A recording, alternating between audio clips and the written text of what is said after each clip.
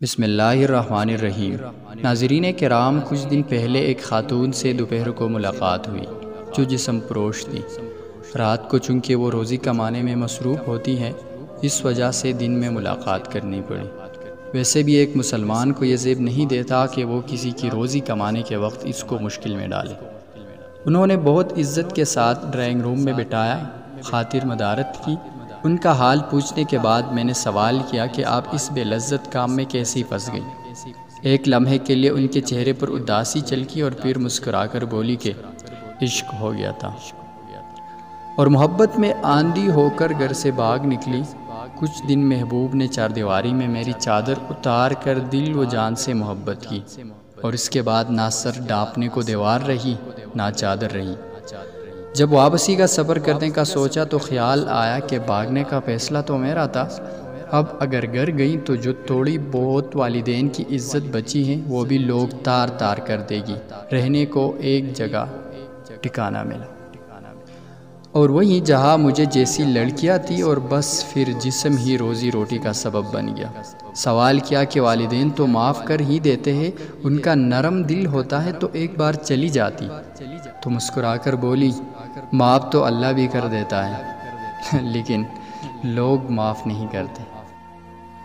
عورت کا منہ کالا ہو جائے تو پھر یہ دنیا والے کبھی گوارا نہیں ہونے دیتے، مرتے دم تک کالا ہی رہتا ہے۔ سوال کیا میں نے کہ چلے بھیک مانگ لیتی، کم از کم جسم پروشی سے تو اچھا کام ہے۔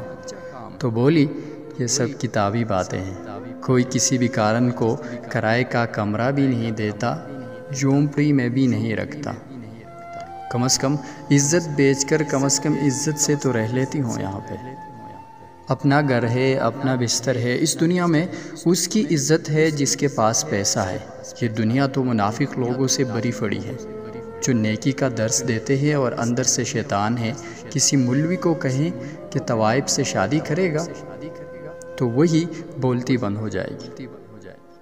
پھر میں نے سوال کیا کہ محبت کیا ہے؟ تو کچھ لمحے خاموش رہنے کے بعد بولی کہ محبت بھی ایک دھندا ہے۔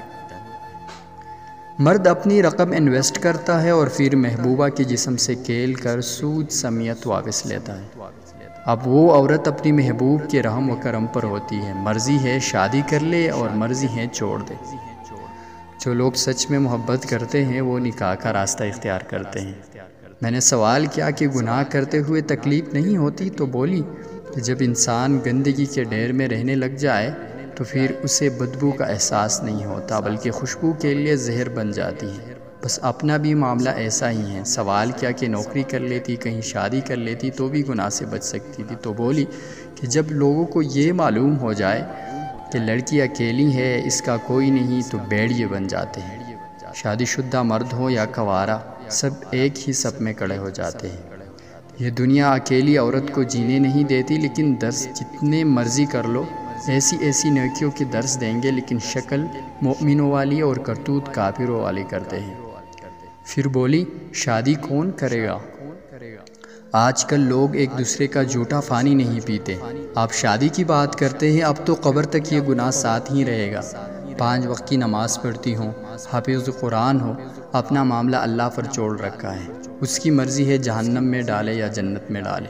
خودکشی بھی حرام ہے، جسم پروشی بھی حرام ہے، مرنے کی ہمت نہیں تھی تو اس لیے یہ کام کر رہی ہوں۔ دلوں کا حال تو وہی جانتا ہے، دنیا والے تو بس پٹے کپڑے اور چست کپڑے دیکھ کر مزے لیتے ہیں اور کچھ نہیں کرتے۔